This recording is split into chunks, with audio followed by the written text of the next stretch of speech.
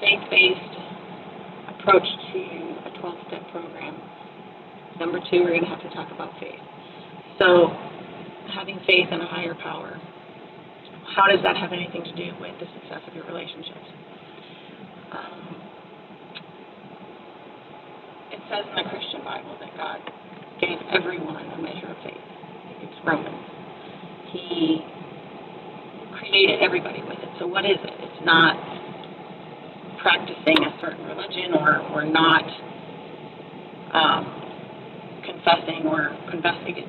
If everyone has it, well, everyone's doing different stuff, but everyone has this thing, this, I think, irremovable measure of faith that God actually made you with. Well, what is it? I've always thought of faith, and I've told my kids that it's kind of like, I think, a homing mechanism. If indeed there is a God, and He puts you in this world, and He expects you to follow Him, to learn about Him, to serve Him. If any of that is true, there's so much going on here that it would be irresponsible to put you in this world with no indication of which of the 900-something religions is valid or real. So if every person is created with a measure of faith, then it's operating in some way that draws you closer to Him. And so I think of that like a homing signal, like something you actually can't, even if you don't believe in God, something that I think you can't get away from. So, in another part of the Christian Bible talks about, maybe Matthew, that with faith the size of a mustard seed you could cast a mountain into the sea, that nothing shall be impossible to you. So, how much faith are you made with? How much is that measure of faith that each person has, where even a mustard seed could chuck a mountain into the sea? It's not a lot. You have to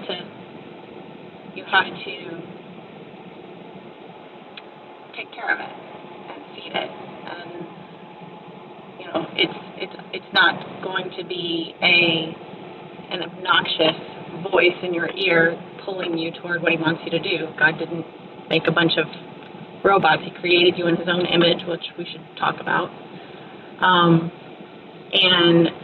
He wants you to love Him. He just wants you to love Him. Like any good father, He just wants you to love Him. And this homing signal, I think that's what faith is.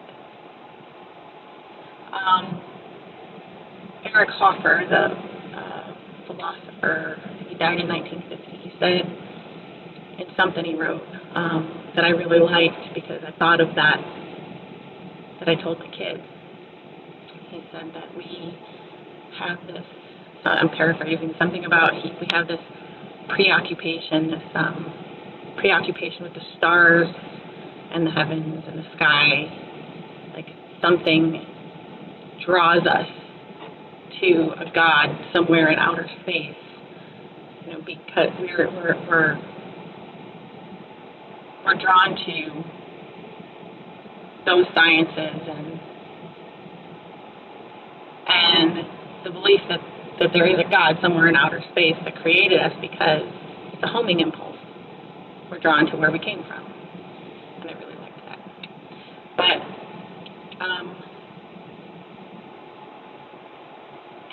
how does this have any effect on your relationships? What difference does that make? So putting value on people, on human beings that aren't you, so that you can take care of them. That's not something uniquely Christian or uniquely something that people that believe in God do. There are really caring, compassionate people that are agnostic or atheist. So, some of the most generous people are without a God. So, why am I saying then that it's necessary to believe and to have the accountability to a God that not just can judge you, but that actually created you? Why is that important to treating people well?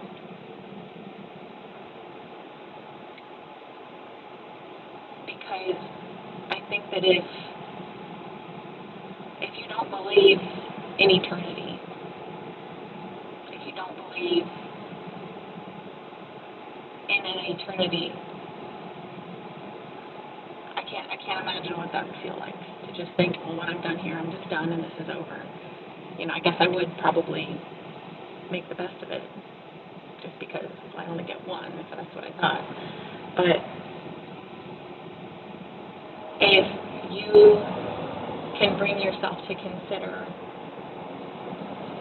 that there is a God, and He made you in His own image, the creator of everything, everywhere, that you're a lot like He is.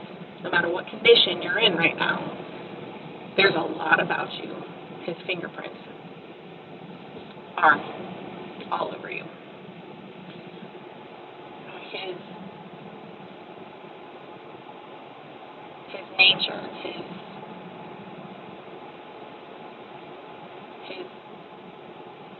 character. There are some things that all people share, no matter where they grew up, no matter what culture they grew up in. And I think that if you believe that man was made in God's image, you probably believe that those things that all people share, like the need to be loved, the need to be accepted,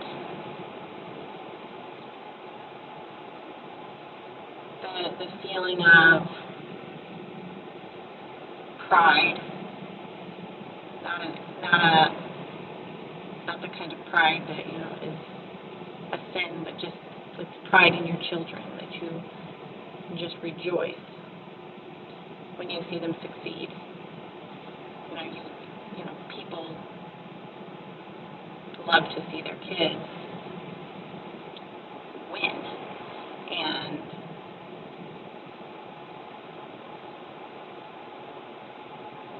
I have to believe that's foundationally a characteristic of God, that He just wants to see you win. And if you haven't considered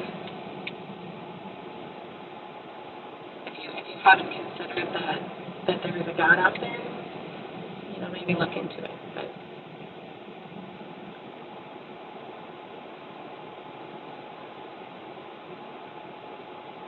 I think that when I became a Christian at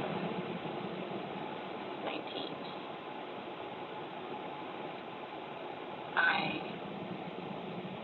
there was a marked difference between how I saw other people and their needs after that.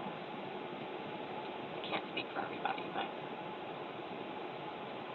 all of a sudden my perspective was broadened quite a lot, and whoa, I'm actually part of something really big. We're all part of something really, really big. I just didn't know it before. I didn't see it before. But in the last video, I mentioned something when we were talking about perspective and trying to make sure that once you're in control of your own life, like you're not a child anymore, and you're wanting to take the steering wheel of your own future in your own mind, and you want to actively broaden your perspective and gain wisdom that way, so that you understand more of where everyone is coming from. One of the things you could do is obviously read. And I've been trying to read four different things at the same time. It gets kind of confusing sometimes, but I always try to keep a book about politics in my stack. Not because I like politics particularly, like most of the time, honestly. I haven't even voted, which seems kind of lazy, I don't know, but politics, by definition, if you look it up in the dictionary, it's not a four-letter word. It's the science or art of managing people. So really, everybody is involved in politics to some degree. If you're a parent, you're involved in politics. You're managing people. But you start getting really good at spotting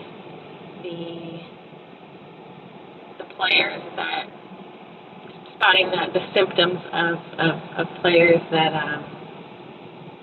like to tilt the balance, tilt the scale, and manipulate the system to their advantage. You start seeing more. The more you read, the more history, political history you read, that kind of thing. You just start getting good at spotting things. It's useful. It's helpful. One of the books is on anything written by a scientist. It doesn't have to be a scientific book. I'm not a science major.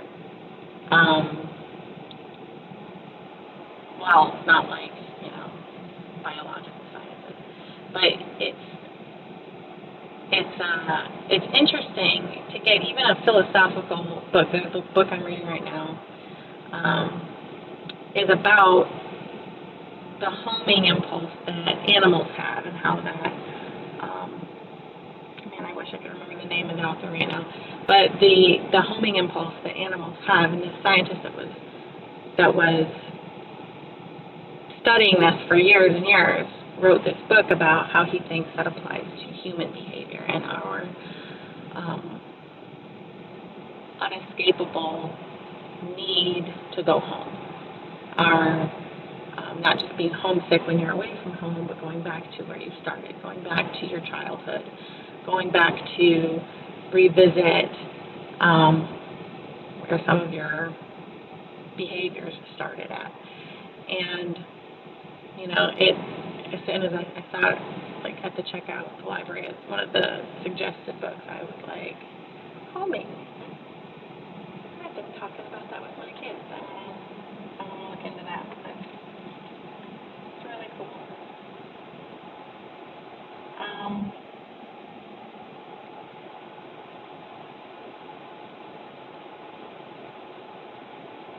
One of the books, kind of got sidetracked. One of the books I read is any classic book, anything that has stood the test of time and is still selling a lot of copies, and classics written by Americans I like. I'm reading Screwtape Letters right now, which kind of also goes into the fourth category, which is something faith-based. So, Screwtape Letters being about, I think there was one of the reviews that was like literally printed on the book, one of the really good, compelling reviews that were written about it, was that nothing printed in this century has compelled or provoked a man to godliness like the Screw Tape Letters did, because you read that and you see so clearly how easily people are manipulated, and how your time is manipulated and your perspective is manipulated by someone who wants you manipulated. So I mean, if you watch the first video, we talked a lot about that, and trying to get to, you're probably, if you're just realizing that this has maybe been happening to you, that your perspective has been restricted, so as to influence in an unfair way your opinion about something. You're probably not to the point where you're gonna be able to actually deal with it yet. You just need to get your head around the fact that it's happening, if that's the case, because acknowledging that there is a problem and that it's out of your, that it's up to this point been out of your control because you just didn't know. That's step one. It's just owning up to the fact that, like,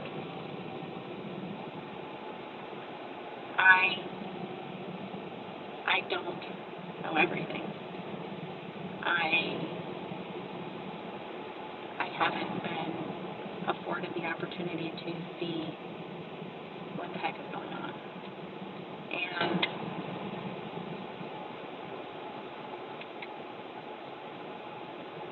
if you ever want to have, everyone does, healthy relationships, you got to kind of start at the start and figure out where did we go wrong, what is in my roots making it difficult for me to maintain relationships and be happy, that other people don't all seem to have. What is going on with me, and often just not appreciating people because your perspective has been restricted, and you don't know what's going on, so you don't appreciate where anyone else is coming from. So we talked a lot about that the first time. But something else that was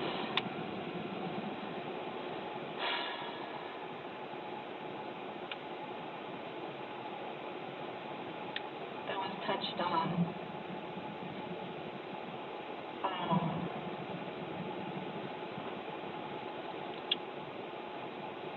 Let's go back to talking about being made in the image of God. So if your emotions mirror that of God, like if you're not being a wicked person, whatever, you're feeling things like joy, and you're willing to say, oh yeah, God is joyful, or eagerness, oh, God's definitely been eager. But when you're angry, and you read some scriptures that say, things like not being friendly to an angry person, or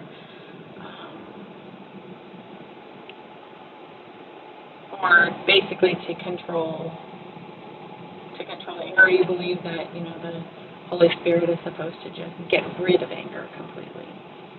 But then in other parts it talks about how angry God is with certain things. And so it's been a real struggle, even to this day, with me and my walk.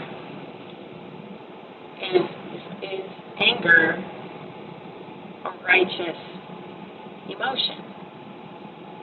And I got to come back to, I was made in the image of God. And everyone is made in the image of God. And everyone has felt anger. Everyone has felt ripped off. Everyone has felt that often righteous indignation so there's something that has to provoke you to making the situation change. Maybe it's Jeremiah talks about like basically social justice, where you're required, according to the word, to stand up for people that are being ripped off. Restore to him that which was taken, or something like that. Defend those people. Defending someone, even if it's not yourself, don't even think about it yourself. If I need to defend someone, if I need to stand up for someone and be effective at all, that's to need defense means that there is an offense. That means you're putting yourself in the middle of that. And minding your own business and staying home and saying, oh, yeah, the Lord will take care of it, I'll just pray. He says, not to just pray, be warmed, be filled, I hope you get, I'm praying for you, and what actually needs to be physically done isn't done because you're just expecting God to show up and just deal with it, miraculously.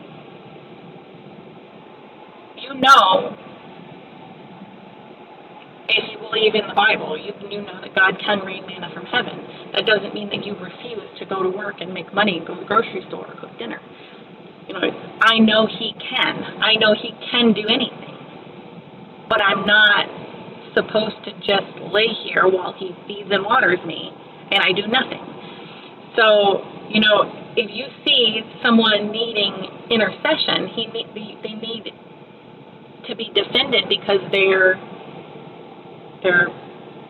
persecuted, they're discriminated against.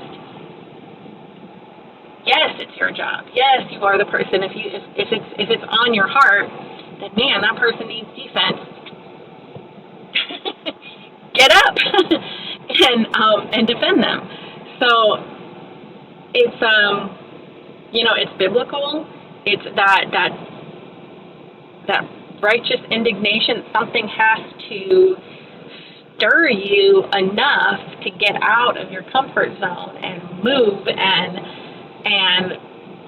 put your fists up and stand in front of someone and say, no, you can't hurt them anymore. No, I'm not going to let you hurt them anymore. And you're gonna take some punches in their place, and that's a righteous thing to do. That is a virtuous thing to do. It says it right in there. Stand up for them. What does that mean? That means you're getting between an abused person and the offender.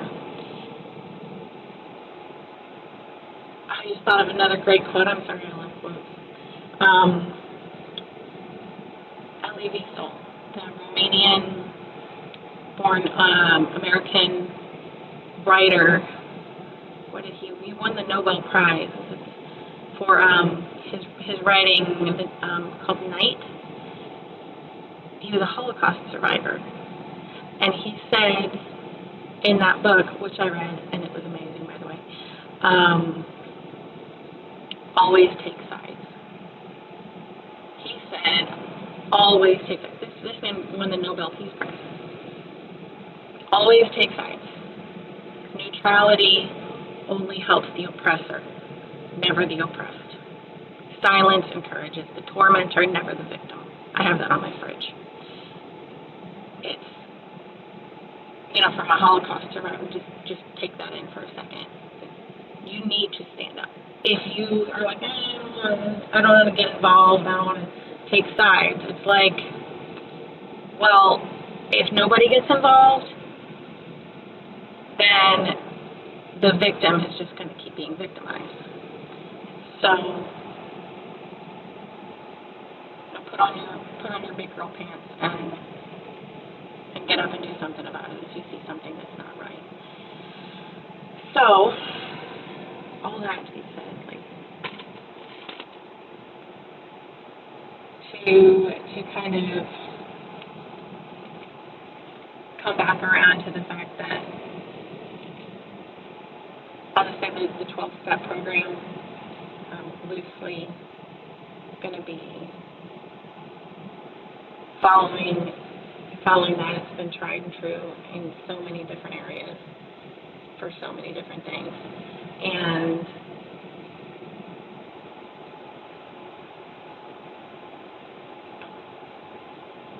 accepting the existence of a higher power, or even the possibility that there could be a higher power, if that's where you're at, it's just accepting the possibility of there being a higher power. I'm more than happy to take that if that's all you have to offer today. That in your humility, like, I don't know everything. I know that I could be missing a lot, and there's a lot that I just haven't seen, but everything I haven't seen doesn't just not exist. I mean, you've never seen Earth from outer space, but most of you believe that the Earth is indeed round. But you can't see that from anywhere down here. You can see a slight curve on the ocean, on the shore. That's it. You don't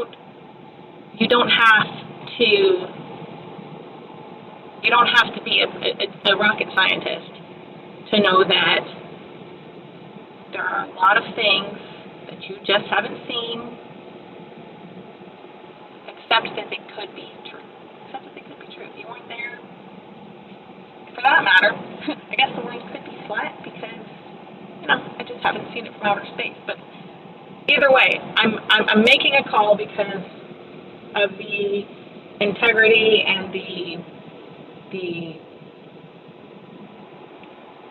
believability of the people who have said that certain things happened, and I know that I could be misled, I could be manipulated. That wouldn't be all that hard to do.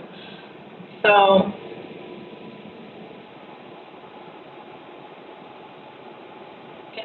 just acknowledging that, just for a second, if you don't believe in God, just think for a second, like, what if every cell,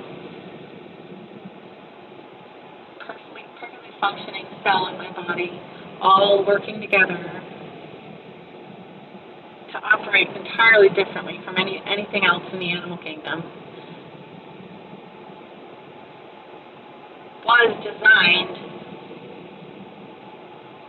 and everything else for that matter, all of us were designed, all of creation was designed by a higher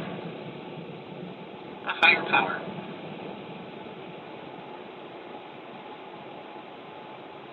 Before I became a Christian, I remember thinking that was a lot easier to believe, actually, than that all of this is a result of some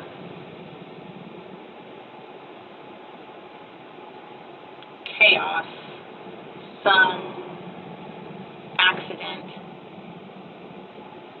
It's just too beautiful and perfect. There's too much that works so well. And just simple things, plants. There are people who invest their entire life into learning about the function of a plant. A simple little thing that you can actually put your hands on, and you can study it, and you can learn about it, and they're still learning things. Something that you can put your hands on. I mean, women who are pregnant, doctors to this day can't tell you what day you're going to have your baby or how much that baby's going to weigh. The ultrasounds are like plus or minus 2 pounds. I mean, okay, your baby's going to be 8 pounds plus or minus 2 pounds. Well, of course it is. That's like 95% of babies. So, you're going to have this baby on August 1st. Plus or minus 2 weeks or 3 weeks. Well, yeah, that's a really good ballpark guess. Something like maybe 5% of women actually give birth on their due date. So even with millions and millions of women over thousands and thousands of years, medical science has still not been able to put their finger on what it is that that inspires a woman to actually go into labor and have that baby. And those are things that they can study hands-on. They can. These are not stars in outer space that they have to essentially make their best guess. Because you can't put your finger on like all of history. All of these studies on ancient, like prehistoric, pre-written history. Things like, oh, how old is this temple? Oh, so many thousands of years. But there's no way to confirm or refute what they're saying. They're using the best science they have. They're using the best information that they've come up with so far. Like carbon dating and things like that. But none of it's perfect. So if something that all of the brightest minds in the world, hiccups. What the heck causes hiccups? How do you get rid of them? Nobody knows. Acknowledge that we haven't figured everything else out. That we don't have everything figured out. And if you start to own the fact that, like, just in your own life, because that's all you really have any real control over, or all you should have any control over, that you don't know everything. There is so much that's missing from your perspective. And one of those things may be the understanding that there's a God. And if there's a God, and He made you the way He did, unique from everybody else, but similar in enough ways that we know we're all the same species, maybe He's very interested in your life. Maybe He's very interested in your needs. Maybe He's very interested in your relationships, in the success of all the things that you want to succeed at. Your career, the way that you think that your gifts could be used to help people the most. Your children, the people who, man, I don't know what points to a God, a creator, more than seeing your own child, your own brand new baby. It's unreal. It's like God says He made you in His image. And I know that's not necessarily unique to the Christian faith. There are other people that say that. But the point is that I'm trying to get at right now is that when you have children and they look like you have children that have the same features that you do. And He says that He made you in His image. Like He is your Father, and what usefulness is it? Besides maybe you would recognize your children more? I mean, like, biologically speaking, what advantage does it give a person to have children that look like them? Like, that look more like them than someone else? Because no matter what your child looks like, as soon as you see them, you're like, oh, okay, that's my child, and you will continue to recognize them. You continue to recognize all kinds of people. You're not going to misplace your child because, even if you didn't give birth to them, it's like, oh, that one's mine. But why the need to make your children look like both of you? Your mom and dad kid looks like both of them. It's a mystery. And it's beautiful, I think. To have a God who makes you in His image and that He gives you children that already, when they show up, look an awful lot like you. And the more time you spend with them, the more they behave like you. The more time you invest in them, the more they mimic your behaviors, and they start using the same phrases, and they start even body language, and you finish each other's sentences. You the bond you have with your child as they grow and well into their adulthood. And I'm 37. I think I'm 37. And my dad is dead.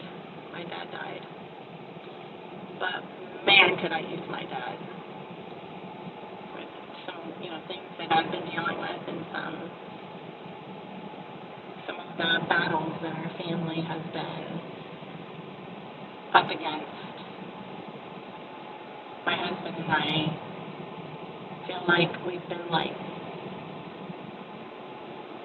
surrounded at times this last year by a variety of enemy. It's like we're still dealing with this one. Where did that one come from? I mean, it's like, okay, it's just only made us closer, and I'm really grateful for him.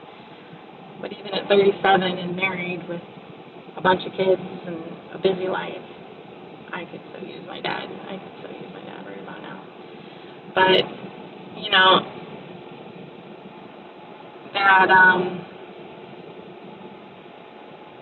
that bond that you develop and foster with your kids as they grow, that they don't ever seem to acknowledge or appreciate when they're kids, because that's the way kids are.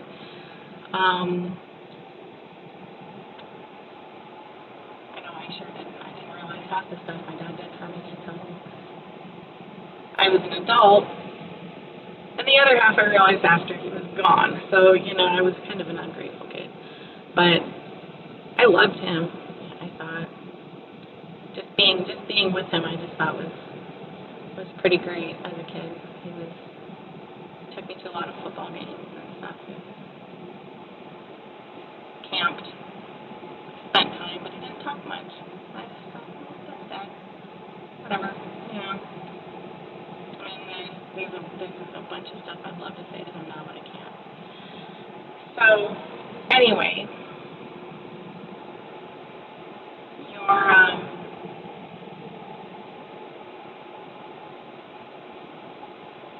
your homing impulse,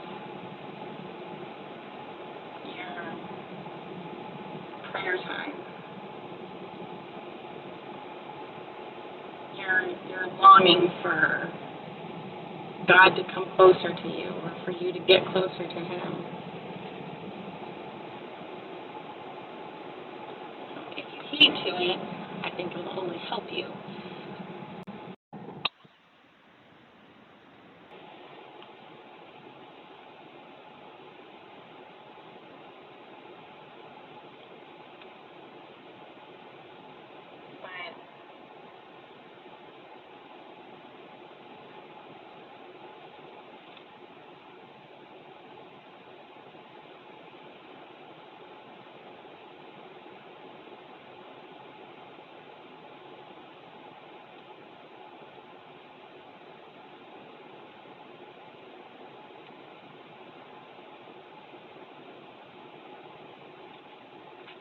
The bond that you have with your kids, or even if you don't have a bond with your kids, even if, your kids are being smelly and, or maybe you're being smelly, whatever. That connection that even when you're mad at each other or disappointed in each other, that doesn't go away and won't go away. It's, if you're made in the image of God, and you don't want your kid dies, you welcome them home with open arms, like the prodigal son. And God says, you're not unredeemable, whatever you've done, wherever you've been, I still want you back. There's just too much similarity between God's nature that I see when I read, especially the Old Testament, because it talks so much about what God did, how God moved in very physical and easily understandable ways. How he feels about things, and the vast majority of people feel exactly the same way about those things,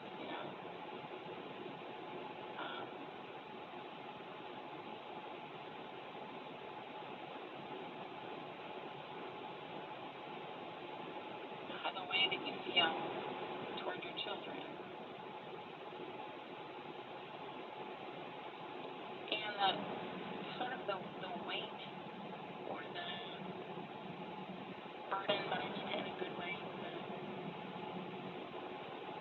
the accountability, the word I'm looking for, that you feel toward your parents. Like, I want to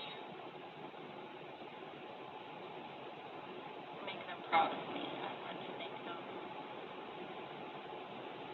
smile when they think of me. Us adults aren't any different. When we think about God, I want to be doing something that makes him proud of me. I want him to be pleased with how I'm using the life he gave me, with the words I'm saying, with the breath he's put inside of me.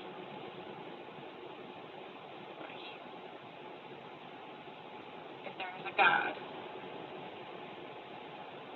that made you to be an awful lot like him, you may like him more than you think you will.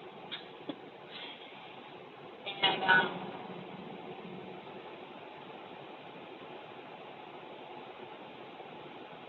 I think that opening yourself up to that and starting to sort of unpack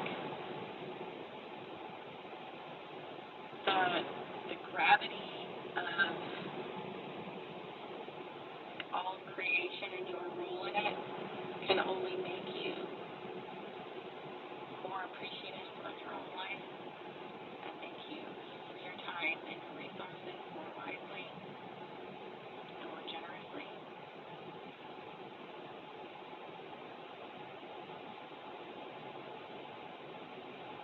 This is a hard topic. There's a lot of pregnant pauses, and I'm sorry, but it's something I'm very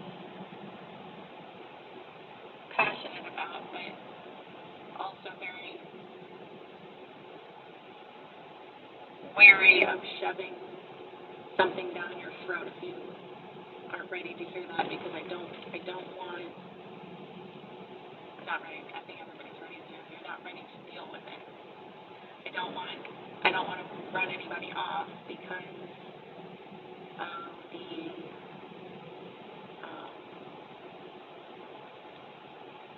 faith-based approach to a 12-step program. You need strong relationships, healthy relationships. You need skills to get those, have those, and keep those.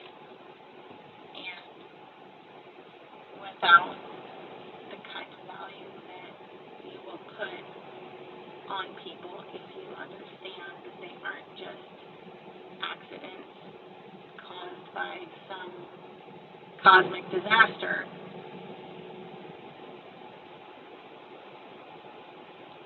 you can only be better at treating people well if you believe that there's purpose behind all of this. This isn't a fluke. You're not a fluke. Your emotions aren't a fluke. They're not invalid just because I don't agree with them or someone else doesn't agree with them.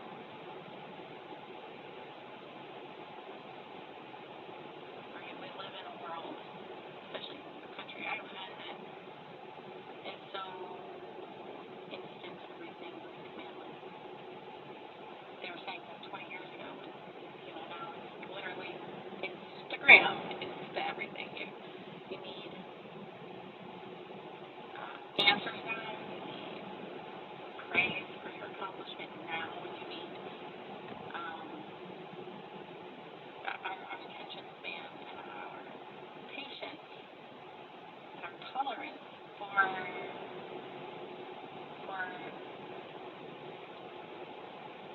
slow progress. It's just so low.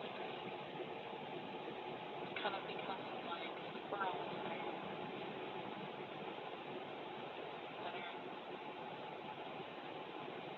may have great intentions, but they just,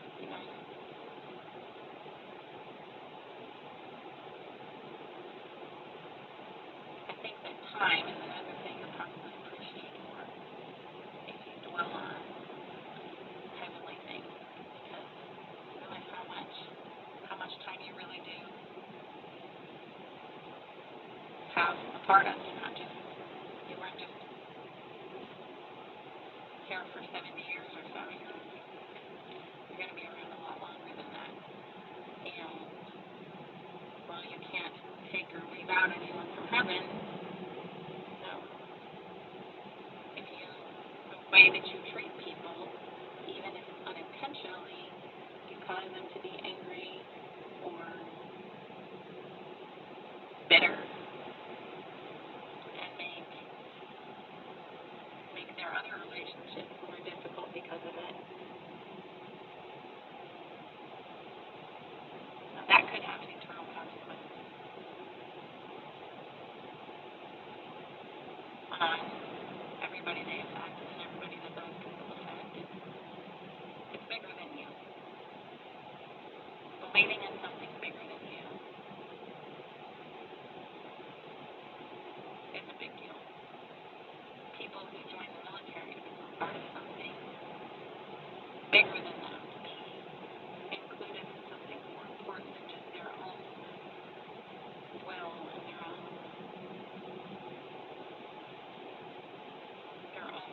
arena of influence. They want to become important. That camaraderie is a drawing force for lonely people who are without enough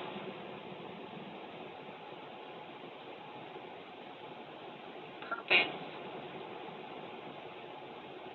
Otherwise, like it is, the recruiters target, 17, 16, 18-year-olds, because they know that, the 20-year-old is stronger. But if by 20 you haven't started in one direction or another, like that, the pool of recruits is going to be smaller at 20, basically, is what I'm saying. There are so many people at 16 and 17 years old that just have no idea what to do that feels important enough. And you need to feel important. You need to feel a part of something. And if the story of creation and everything since then doesn't start making you feel like, man, like I am a part of something. There is this united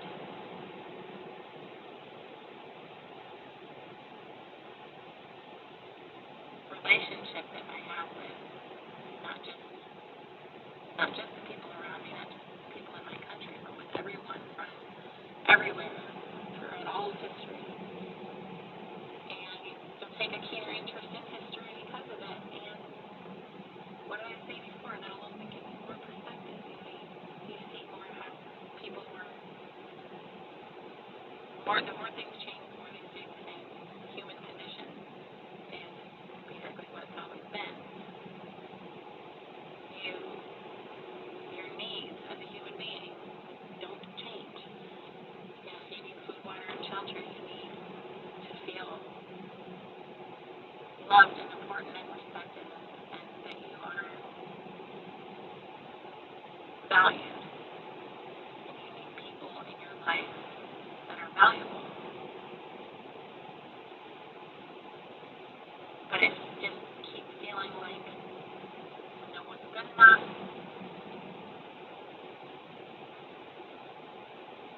people are changing, everyone that was decent or good friends is suddenly a piece of trash, and, so who needs them anyway? find that you're leaving a lot, that you cancel relationships a lot, give up on people. And that's habitual. You keep doing that. Nothing good comes from that. People are valuable. And the more discouraged and frustrated you get with people,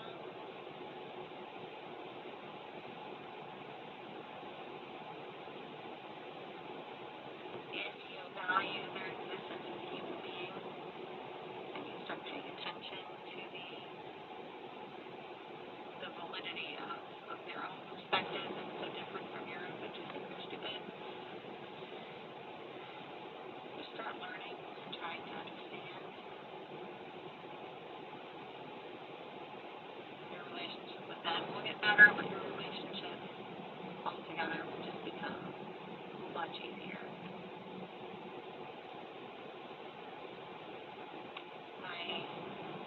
My late husband,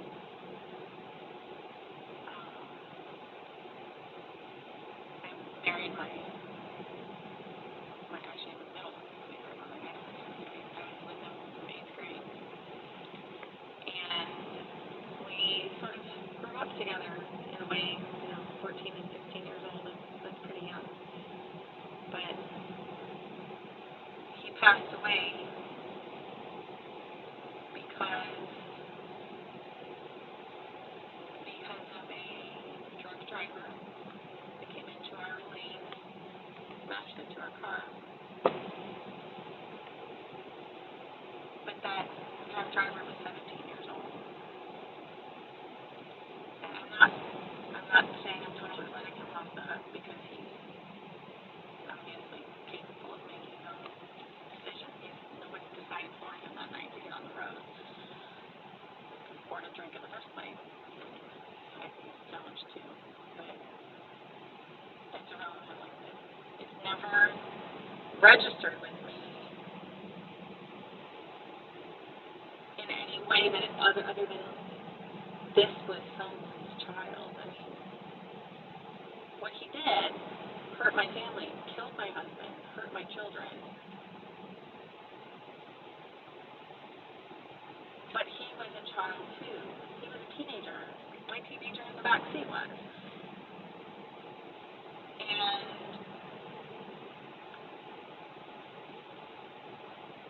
the same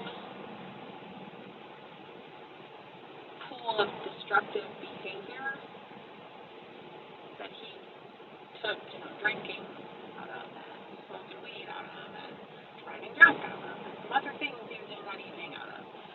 That same pool of high-risk behavior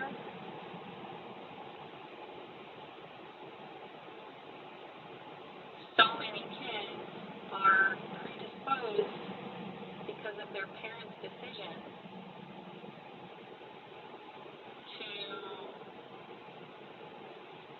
to being in these high-risk categories. For example, let's take a child who's growing up without their father. A child that doesn't have her father is, I'll use the exact numbers that I know because from one survey, one statistical paper to the next, it vary a little bit, but I'll just say that she's far more likely to drop out of high school, far more likely to become a pregnant teenager, or a fitting way to cause a teen pregnancy. High-risk behaviors, other high-risk behaviors that are increased are ending up in jail, ending up on drugs, drunk driving,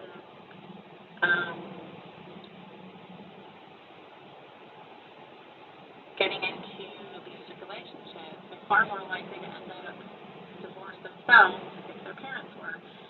So this basket of suicide. Suicide is another one that they're much more likely to commit suicide if they are without their father. That's the reason for that. I mean, you could go back and forth all day and argue about how does it get to be this way? Why, whatever. I mean, we touched on this a little bit in video 1, hour 1. But I can hardly blame a kid who is put into, for no fault of his own and by no choice of his own, into a high-risk category like that of kids that are just unfortunately more inclined to get involved in some of these things because of decisions their parents made. And he was a kid. Don't let everybody else know. It's like, oh, everything's my parents' fault. But, you know, I remember him, my late husband, I remember him saying that he, this company that he worked for, there was this one particular owner, business owner, that would come in and kind of, I don't know, once or twice a year, just sort of take stock of the atmosphere, sort of just wander around for a few days, talk to everybody involved, and I'd get a feeling for what the company was up to and doing, and I'm sure he got reports regularly, but they didn't see his face very often. But when he came in, he said that he just got such a sense of this man's substantial wisdom. He said because he would talk to the managers, my husband was the manager, but he spent every bit as much time, minute for minute, talking to the guys in the warehouse, the guys packing boxes. You know, what do you think would make your job easier? What do you think would make the process that you're involved in go more smoothly? He talked to each of them like they were managers of their own space, you know, and you get people talking. What do you think would make a difference? What have you seen tried that didn't work, you know? Acknowledging and appreciating their own experience and their own contribution to the process, because truly this was a man, this guy that he worked for, one of the company owners, that had a really good handle on the value of people. And you know, we saw some other things that he was involved in that kind of reconfirmed the opinion we had of him. But when you understand that no matter how big and cool you are, no matter how important you think you are, no matter how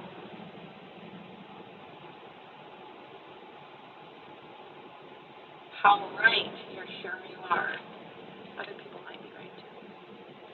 And it's kind of a traumatic experience the first time you realize that, like you kind of get into your emotional maturity and you go like, oh my gosh, I have to like acknowledge that I was wrong, or that maybe I was right and they were right, and I need to actually say that and say there's just information that was omitted from my pool of facts to pull from, and I didn't know. So keeping yourself from that egotism that you're like, I'm right all the time, and I'm, you know,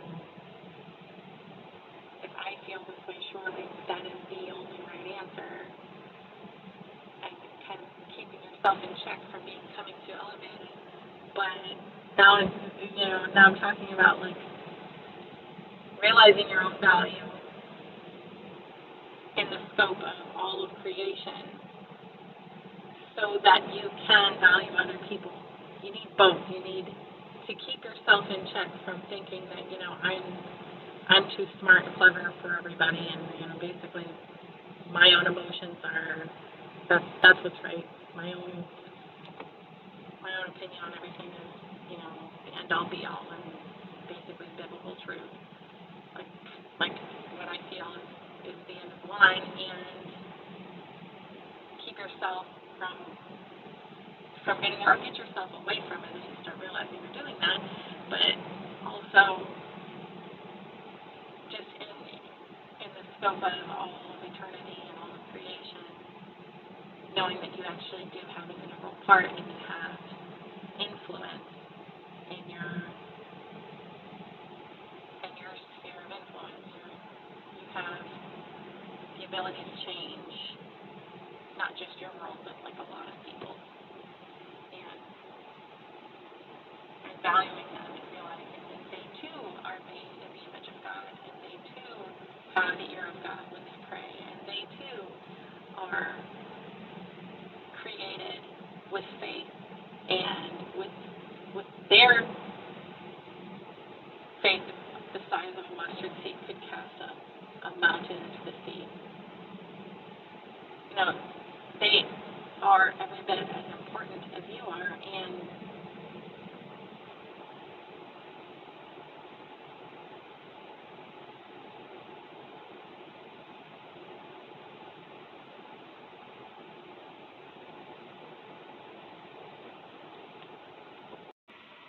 so the sun moved, and it's made me look at the time, which it's already been the hour that you committed to when you clicked play.